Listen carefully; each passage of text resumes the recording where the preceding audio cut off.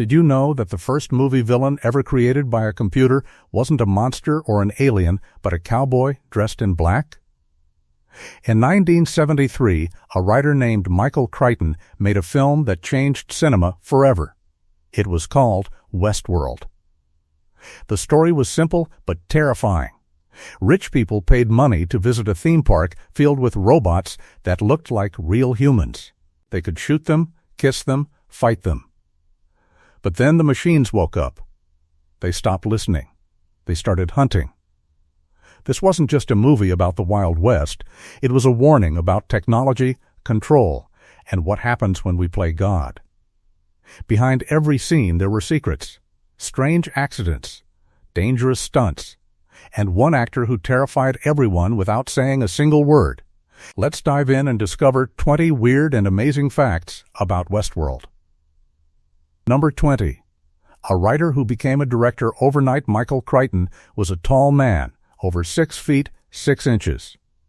He wrote books and screenplays, but he had never directed a full movie before Westworld. The studio took a huge risk. They handed him cameras, actors, and millions of dollars, hoping he wouldn't mess it up. Crichton didn't go to film school. He learned by watching other directors and asking questions. He studied Sergio Leone's westerns and Alfred Hitchcock's thrillers. He wrote every word of the script himself, typing late into the night. When production started, the crew didn't know if he could handle it. But Crichton was calm. He spoke softly. He knew exactly what he wanted. He drew storyboards by hand, sketching each shot like a comic book. The actors trusted him because he trusted the story. He told them the robots weren't just machines. They were mirrors. They reflected human cruelty and desire. Crichton directed every scene with precision, moving the camera like a surgeon's hand. By the end of shooting, the crew called him a natural. He proved that writers could see stories just as clearly as directors. One leap of faith changed everything. Number 19. Yul Brynner played himself from another movie. Yul Brynner wore all black in Westworld. Black hat, black shirt, black boots. He walked slowly, his face empty of emotion. Fans noticed something strange. He looked exactly like a character he played 15 years earlier in a movie called The Magnificent Seven. In that film, Brynner was a hero, a gunslinger who protected a village. In Westworld, he became the opposite. Same costume, same cold stare, but now he was the villain. It wasn't an accident. Michael Crichton wrote the role specifically for Brynner, asking him to play a twisted version of his old character. Brynner loved the idea. He said it felt like meeting a ghost of himself. The gunslinger robot had no name, no backstory. He was just a shadow, a program designed to lose gunfights so tourists could feel like heroes. But when the machines broke down, the gunslinger stopped losing. He became the fastest draw in the park. Brynner barely spoke in the film. He didn't need to. His eyes did all the talking. Cold, patient, hunting, he turned a hero into a nightmare by changing nothing but intention. The same face, a different soul. Number 18. The first movie ever to use digital effects. Westworld made history without most people realizing it. The film included a short sequence where the audience sees through the gunslinger's eyes. The world looks blocky, pixelated, broken into colored squares. It was the first time in cinema history that a computer created images for a movie. In 1973, computers were rare and expensive. They filled entire rooms and needed teams of engineers to operate. Crichton wanted to show how a robot sees the world, something no camera could capture naturally. He contacted a company called Information International Incorporated, which had worked on satellite images and military projects. Together, they scanned film footage and converted it into digital pixels. Each frame took hours to process. The computer broke down the image into tiny blocks of color, creating a mosaic effect. It looked strange and mechanical, exactly what Crichton wanted.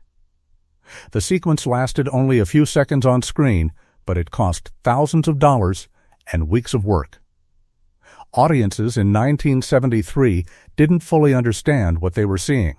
They had no reference point for digital imagery. but filmmakers noticed. Directors like George Lucas and Steven Spielberg saw the future in those pixelated blocks. Westworld opened the door. Others walked through it. Number 17. Real bullets were fired on set. Westworld was full of gunfights. Cowboys drew pistols and shot at each other in dusty streets. Most movies use blanks, cartridges that make noise and smoke but fire nothing deadly. Westworld did too, most of the time. But for certain close-up shots, the crew used live ammunition. They needed the guns to look real, to kick back hard, to send up dirt when bullets hit the ground. The actors weren't in danger during those moments. Experts fired the real bullets at controlled angles, hitting sandbags and dirt piles. But it created tension on set. Everyone knew real guns were being loaded and fired just a few feet away. Richard Benjamin, who played the main character, Peter Martin, said the sound was different. Blanks popped. Real bullets cracked the air like thunder. Between takes, the crew swept up shell casings. The smell of gunpowder hung over the set like a storm cloud. Crichton wanted authenticity. He believed the audience could feel the difference between fake danger and real weight. The actors certainly felt it. Every time a gun fired, their reflexes kicked in. Their fear wasn't acting. The Old West came back to life, one bullet at a time. Number 16. The theme park was built in 3 different locations. Delos, the theme park in Westworld, looked like one giant place. But it was actually filmed in 3 separate locations scattered across California. The Western World scenes were shot at Harold Lloyd's estate, a sprawling property in Beverly Hills that had an old Western town set left over from silent films. Medieval World, where knights and castles stood, was filmed at the Warner Bros. Backlot in Burbank. Roman World, with its marble columns and togas, used a different section of the same lot. The crew moved equipment, costumes, and actors between locations almost every week. It was exhausting. They had to match the lighting and colors so the audience wouldn't notice the shifts. The desert scenes were filmed in the Mojave Desert, where the temperature climbed past 100 degrees. Actors wore heavy costumes and stood under the blazing sun for hours. The robot repair rooms, cold and sterile, were built on a soundstage with white walls and fluorescent lights. Crichton stitched all these places together in editing, creating the illusion of a single, sprawling complex. No one watching the film could tell they were seeing 3 different worlds in 3 different places. Geography bent to the story's will. Number 15. Yul Brynner walked for miles in boots that didn't fit. Yul Brynner's black boots looked perfect on screen. Shiny, intimidating, part of the gunslinger's deadly uniform. But they were torture to wear. The costume department gave Brynner boots that were half a size too small. He didn't complain at first. He thought he could handle it. But the shoot lasted weeks, and many scenes required him to walk long distances across rough terrain. His feet blistered. His toes went numb. Between takes, Brynner sat down and pulled off the boots, massaging his feet and grimacing. The crew offered to find new boots, but Brynner refused. He said the pain helped him. It made him move differently, more stiffly, more like a machine. Robots don't adjust their stride for comfort. They walk with relentless, unchanging rhythm. Brynner used the discomfort to shape his performance. Every step was deliberate, mechanical, cold. He turned suffering into character. By the end of filming, his feet were scarred and bruised. He joked that the gunslinger's walk wasn't acting at all. It was survival. The price of perfection was paid in blisters. Number 14. The snake was real and nearly bit Richard Benjamin in one scene. Peter Martin and his friend John Blaine explore a canyon in Western World. They spot a rattlesnake coiled on a rock. The snake's rattle buzzes. A warning. The characters freeze, then slowly back away. That snake was real. The production used a trained rattlesnake handled by a professional wrangler. Richard Benjamin, playing Peter, wasn't told until right before the shot. The director wanted a genuine reaction. When Benjamin saw the snake, his eyes widened. His body went rigid. He wasn't pretending. The wrangler assured him the snake had been calmed and was unlikely to strike. Unlikely, not impossible. Benjamin had to stand just a few feet away, close enough for the camera to capture both him and the snake in the same frame. The snake's tongue flicked in and out, tasting the air. Its tail rattled softly. Benjamin's heart pounded so hard he could hear it in his ears. The scene took 3 takes. Each time he had to approach the snake, react, and back away slowly. If he moved too fast, the snake might strike. If he moved too slow, the scene would lose tension. He found the balance, walking the edge between fear and control. Real danger made real suspense. Number 13. The control room was inspired by NASA. The underground control center in Westworld looked sleek and futuristic. Rows of computer monitors glowed with green and white text. Technicians in lab coats watched screens, tracking every robot in the park. The design was based on NASA's mission control rooms from the Apollo space program. Michael Crichton visited NASA facilities while researching the film. He was fascinated by the way engineers monitored astronauts from thousands of miles away, watching data streams and making life-or-death decisions. He wanted Delos to feel the same way, a place where humans believed they had total control over complex systems. The art department studied photographs of mission control, copying the layout of desks, the angle of monitors, the cold lighting. They used real computer equipment borrowed from tech companies, machines that blinked and hummed but didn't actually do much. In 1973, most computers couldn't run the kind of software shown in the film. The screens displayed pre-programmed loops, fake data scrolling by. But it looked convincing. Audiences believed they were seeing the cutting edge of technology. The control room symbolized human arrogance, the belief that everything could be watched, measured, and fixed. When the systems failed and the screens went dark, that arrogance died. Even NASA couldn't have saved them. Number 12. James Brolin did his own stunts and regretted it. James Brolin played John Blaine, Peter's adventurous and reckless friend. Blaine was the one who wanted to fight robots, seduce robot women, and live out every fantasy the park offered. Brolin was athletic and confident. He told Crichton he didn't need a stunt double. He could do the fights, the falls, the horseback chases. Crichton agreed, and Brolin threw himself into the action. He punched animatronic robots, fell off balconies, and rolled across dirt floors. During a barroom brawl scene, Brolin was supposed to smash through a breakaway table. He hit it at full speed. The table shattered, but a jagged piece of wood sliced his arm, leaving a deep cut. Blood soaked through his costume. The medic rushed over, and filming stopped for an hour while Brolin got stitches. He still has the scar. Another time, Brolin rode a horse at full gallop through the western town. The horse stumbled on loose dirt, and Brolin nearly flew over its head. He managed to hold on, but his ribs bruised from slamming against the saddle. By the end of production, Brolin was covered in cuts, bruises, and pulled muscles. He laughed about it in interviews, but admitted he should have let the professionals handle some of it.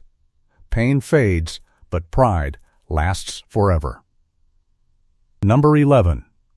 Michael Crichton wrote the script in 3 weeks. Michael Crichton was a fast writer. He had to be. Before Westworld, he wrote best-selling novels while attending medical school. He trained himself to write quickly, clearly, and without hesitation. When he got the idea for Westworld, he sat down at his typewriter and didn't stop. 3 weeks later, he had a complete screenplay. The story poured out of him like water from a cracked dam. He didn't outline or plan extensively. He knew the premise, a theme park where robots malfunction and turn deadly. Everything else built from that foundation. The characters, the dialogue, the structure, all of it came together in a rush of creative energy. Crichton typed late into the night, his fingers hammering the keys. He drank coffee and barely slept. Friends said he looked like a ghost, pale and exhausted. But the script was sharp. Every scene had purpose. Every line of dialogue revealed character or moved the plot forward. When he finished, He handed it to producers, expecting notes and rewrites. They read it and said, "Don't change a word." 3 weeks of obsessive work became a film that lasted decades. Speed and vision collided, and magic happened. Number 10. The dungeon scene used real medieval torture devices in medieval world. One of the 3 themed sections of the park, tourists could experience life in a castle. They fought with swords, attended banquets, and explored dungeons filled with torture devices. The production designer wanted authenticity, so he rented real medieval torture instruments from a museum. Iron maidens, racks, chains, and spiked wheels were transported to the set. These weren't replicas. They were centuries-old objects that had once caused real suffering. The cast and crew felt uneasy around them. The dungeon set smelled like rust and old metal. The torture devices were heavy, cold to the touch, and disturbingly detailed. One actress refused to stand near the Iron Maiden, saying it gave her chills. The production designer placed candles around the dungeon to create flickering shadows.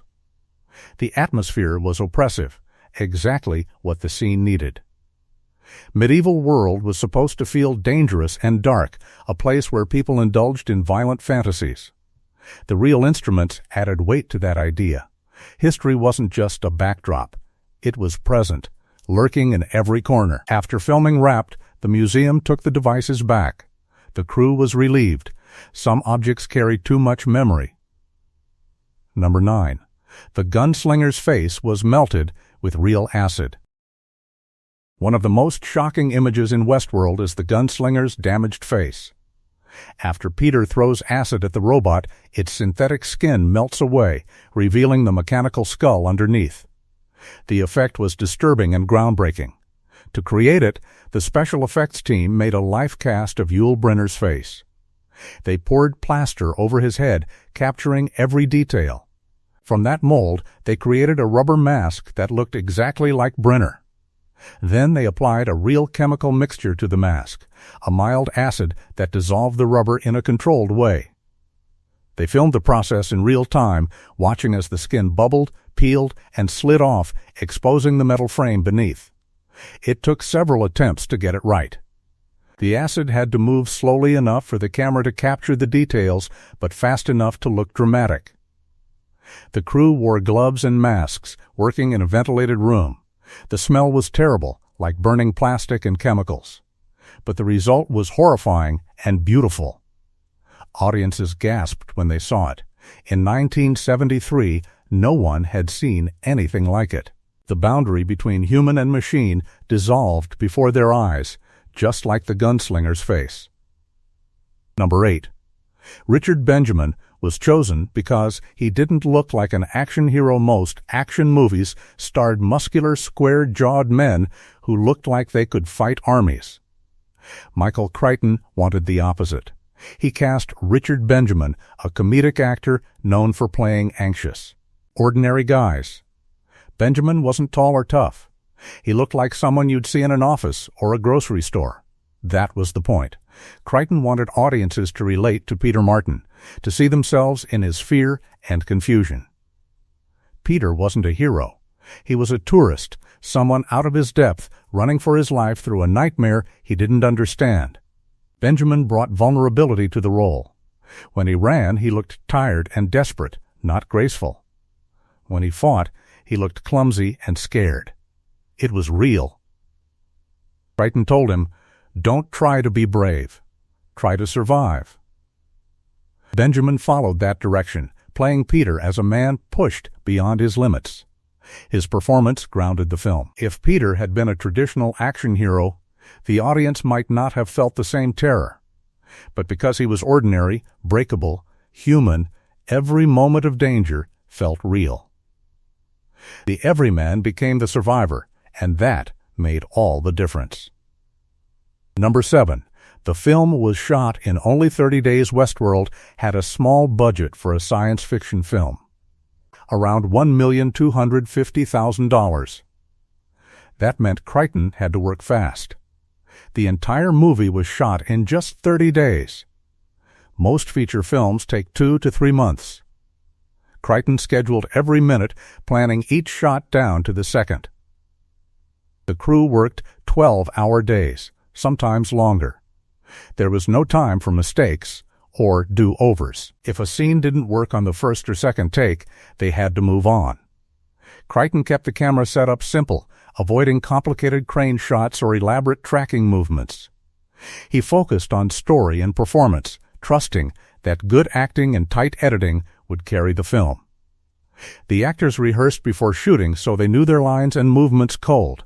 When the cameras rolled, they delivered. The pace was relentless. Some crew members collapsed from exhaustion. Equipment broke down and had to be fixed on the spot. But Crichton never panicked. He stayed calm, made quick decisions, and kept everyone moving forward. On the 30th day, they wrapped the final shot. The crew cheered. They had done the impossible. 30 days to build a world, tell a story, and make movie history. Number 6. The robot repair lab used real medical equipment. The scenes in the robot repair facility showed technicians fixing damaged androids. They opened up chests, removed circuits, and replaced parts. The set looked like a hospital operating room, sterile and white. That wasn't accidental. Michael Crichton had gone to medical school and nearly became a doctor. He understood anatomy, surgery, and the cold precision of medicine. He designed the repair lab to mirror an operating theater. The production borrowed real surgical tools, scalpels, clamps, retractors, and stainless steel trays. The technicians wore scrubs and masks just like surgeons. Crichton wanted to blur the line between fixing a body and fixing a machine. If robots looked and acted like humans, then repairing them should feel like surgery. The actors playing technicians were coached on how to hold the instruments, how to make incisions, how to work with detached professionalism. Some of them felt uncomfortable cutting into the robot props, even though they knew it was fake. The props were so realistic, covered in synthetic skin and filled with wires that looked like veins. The repair lab became a disturbing place, where humanity was reduced to parts and systems. Medicine and mechanics merged, and the soul disappeared. Number 5. Yul Brynner spoke only 42 words in the entire film. Yul Brynner's gunslinger is one of the most iconic villains in cinema history. He chased the hero through deserts and underground tunnels, relentless and terrifying. But he barely spoke. In the entire film, Brynner's character says only 42 words. Most of them come early, when the gunslinger is still playing his programmed role. He challenges tourists to duels, delivers rehearsed lines, and plays the part of the villain who always loses. After the malfunction, he becomes silent. He doesn't threaten or monologue. He just hunts. Crichton and Brynner both believed silence made the character more frightening. A villain who talks can be reasoned with, understood, maybe even pitied. A villain who says nothing is unknowable. The gunslinger's silence turned him into a force of nature, inevitable and cold. Brynner used his body and eyes to communicate. A tilt of his head. A slow turn. A fixed stare that never blinked. Audiences felt hunted just watching him. The lack of dialogue also made him feel more robotic. Machines don't explain themselves, they execute their programming. Brynner became a nightmare without words, proving that sometimes silence screams louder than any speech. Number 4. The movie predicted modern theme parks when Westworld was released in 1973. Disneyland was the biggest theme park in the world.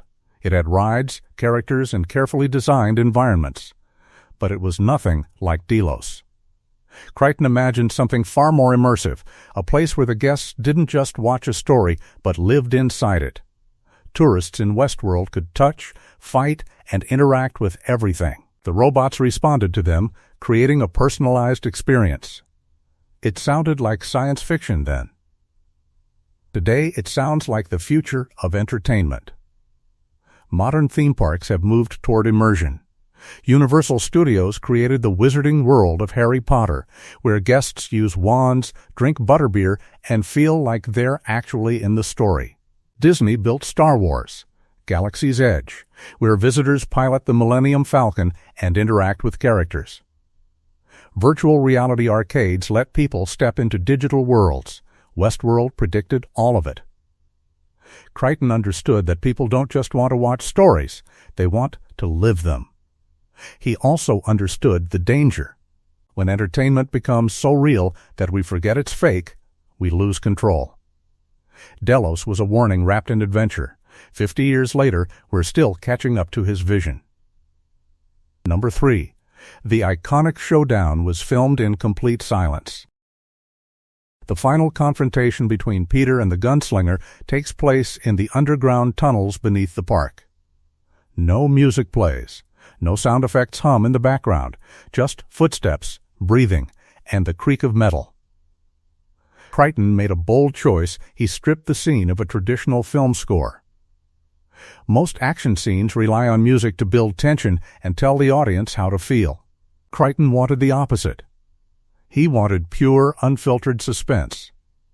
The silence made every sound feel huge. The scrape of Peter's shoe on concrete, the click of the gunslinger's heel, the hiss of steam from broken pipes. The audience leaned forward, straining to hear. The absence of music put them inside Peter's head. He couldn't hear a soundtrack either. He only heard his own terror. The gunslinger moved through the darkness, patient and methodical, his footsteps echoing. Peter hid, his breath shallow and fast. The tension was unbearable. When the gunslinger finally appeared, the audience jumped. Crichton proved that silence is the most powerful sound in cinema. The quiet amplified the fear. The stillness made the violence hit harder. No music, no safety, just survival. Number 2. Michael Crichton reused this idea twice. Michael Crichton loved the concept of Westworld so much that he returned to it twice. First, in 1990, he wrote a novel called Jurassic Park. The story was almost identical in structure. A theme park fills with attractions that seem safe and controlled. Scientists and engineers believe they have mastered complex systems. Then everything breaks down. The attractions, whether robots or dinosaurs, turn deadly. Guests run for their lives. The park becomes a nightmare. Jurassic Park was Westworld with dinosaurs instead of cowboys. Crichton explored the same themes: human arrogance, the illusion of control, and the danger of playing God. The novel became a massive bestseller, and Steven Spielberg turned it into one of the biggest films of all time. Later, Crichton wrote a sequel to Westworld called Future World, though he didn't direct it. He also consulted on a short-lived TV series. In 2010, long after Crichton's death, HBO created a new Westworld series that expanded his original idea into a sprawling philosophical exploration of consciousness and free will. One idea, told again and again, each time finding a new audience. Crichton planted a seed, and it grew into a forest. Number 1. The gunslinger never stops. Even after the film ends, the ending of Westworld is ambiguous and haunting. Peter destroys the gunslinger by setting him on fire. The robot collapses, smoke rising from its charred frame. Peter stumbles out of the tunnels, exhausted and traumatized. He sits on the ground, staring at nothing. The camera pulls back. The credits roll. But the film never confirms that all the robots are dead. The control room is in chaos. Technicians have fled or died. No one is monitoring the systems. Elsewhere in the park, other robots may still be malfunctioning, still hunting. The guests who survived are scattered, hiding, waiting for rescue that may never come. Crichton deliberately left the ending open. He wanted audiences to feel unease even after the story finished. The gunslinger, as a symbol, never dies. He represents technology that humans create but can't control. Every time we build something smarter, faster, or more autonomous, we risk creating our own gunslinger. Yul Brynner's cold stare became the face of that fear. Decades later, people still reference the image: the black-clad robot, walking slowly, never stopping, never feeling, never forgiving. The film ends, but the warning continues. The gunslinger is always coming. Bonus fact, the lost ending that almost changed everything. There was a different ending to Westworld that audiences never saw. In the original script, after Peter defeats the gunslinger, he finds his way to the control room. The door is open. Inside, bodies lie slumped over consoles. Screens flicker with error messages. Peter walks to the main computer and sees a message on the screen: System reboot initiated. The robots are going to restart. The nightmare will begin again. Peter tries to stop it, smashing keyboards and ripping wires from the walls, but he doesn't know which systems to disable. He's just a guest, not a technician. The screen counts down. 10, 9, 8, Peter runs. The film was supposed to end with him sprinting through the tunnels as the lights flicker back on, the sound of robotic footsteps starting again in the distance. Crichton shot this ending. It exists somewhere in the archives. But test audiences hated it. They felt cheated, frustrated that Peter's victory meant nothing. The studio pressured Crichton to change it. He resisted at first, arguing that the bleaker ending was more honest. But eventually, he compromised. He cut the control room sequence and ended the film with Peter sitting in the ruins, traumatized but alive. The ambiguity remained, but the overt hopelessness was removed. The lost ending has never been released. Some say it's locked in a vault at MGM. Others believe Crichton destroyed it himself, accepting that sometimes the audience needs a breath, even if the danger never truly ends. One cut, one choice, and the story shifted forever. Westworld wasn't just a movie about cowboys and robots. It was a mirror held up to humanity. It asked uncomfortable questions. What happens when we create things we can't control? When does entertainment become danger? When does fantasy replace reality? Michael Crichton saw these questions in 1973, and they're even more urgent today. We live in a world of artificial intelligence, virtual reality, and machines that learn. The gunslinger walks among us now, dressed in code instead of black. But Westworld also celebrated imagination and courage. It showed that even ordinary people, when pushed to the edge, can survive the impossible. Peter Martin wasn't strong or trained. He was scared and tired. But he didn't give up. He used his mind, his will, and his humanity to outlast a machine. That's the deeper truth of the film. Technology may be powerful, but people are stubborn, creative, and unpredictable. We make mistakes, but we also adapt. If you enjoyed these stories, subscribe for more. Every movie hides a truth, and we'll keep uncovering them, one story at a time.